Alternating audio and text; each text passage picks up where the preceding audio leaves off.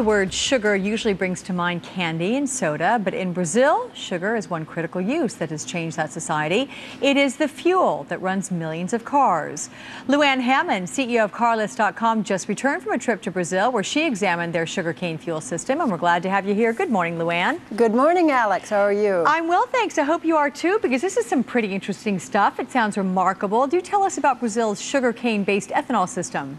Brazil's sugarcane-based ethanol system is exactly what the president wants, cellulosic ethanol. Right now, we have ethanol without any of the cellulose made into it. So our ethanol is not as good as it could be.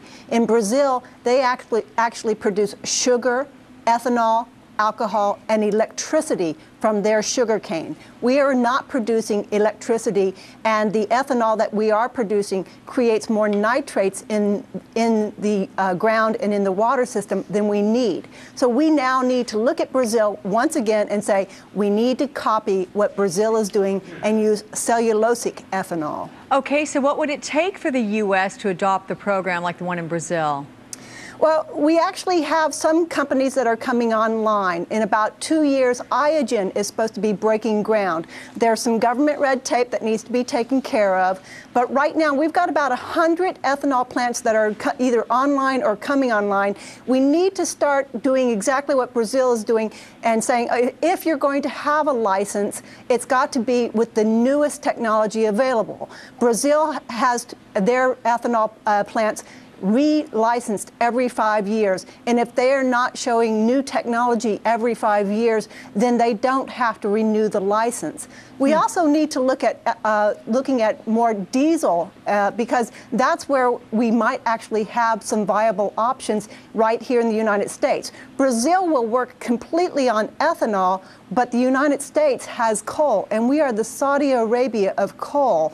We could actually make coal into diesel. So we've got two options, ethanol and diesel. So do you think with regard to the ethanol, though, the sugarcane one, is there a chance the U.S. would reduce the import tax on Brazil's ethanol? I mean, wouldn't that benefit us?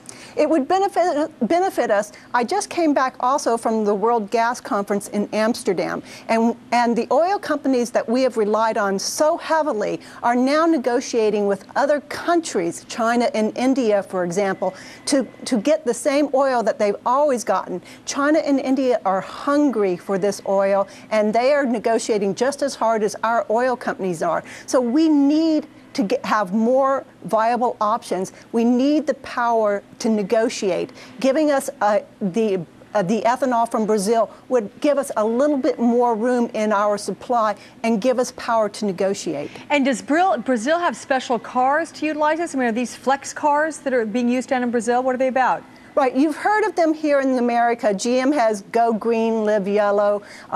Daimler Chrysler has flex fuel vehicles. Ford has flex fuel vehicles. Nissan is the first Asian flex fuel vehicle. They have the Nissan Titan and the Nissan Armada. And basically what they are is they allow you to choose between ethanol or gasoline.